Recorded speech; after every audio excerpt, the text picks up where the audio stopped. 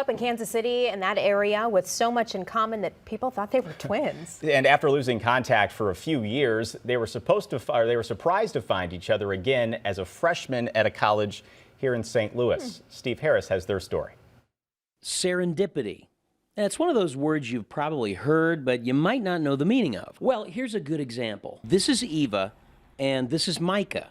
Last name, Parsons. Both of them. Same last name, same age, even dressed alike. Twins, you ask? Well, that's what everyone in the elementary school they went to thought. But Micah and Eva aren't related. They actually met in kindergarten. Wasn't a huge fan of her at first impression. She wasn't a huge fan of me either. Friendship started off a little rocky because he stole my fancy markers.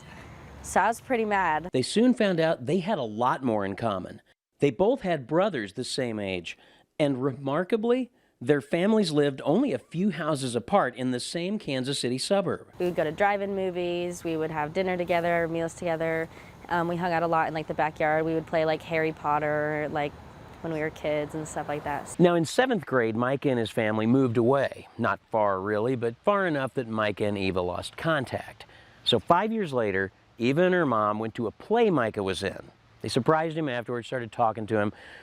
Now, you might call this a story of coincidence until you hear what happened next. We got on the topic of, what we were doing for college, and, I mentioned that I was looking into Webster. And I was like, I literally just got back from Webster a week ago from touring, and I had pretty much made up my mind about where I wanted to go. I mean, it was insane. Both of our minds were blown. It was really just a surreal moment. I was like, is this a prank? There's no way. Serendipity.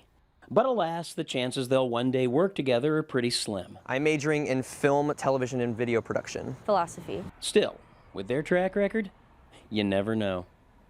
Steve Harris, News 4.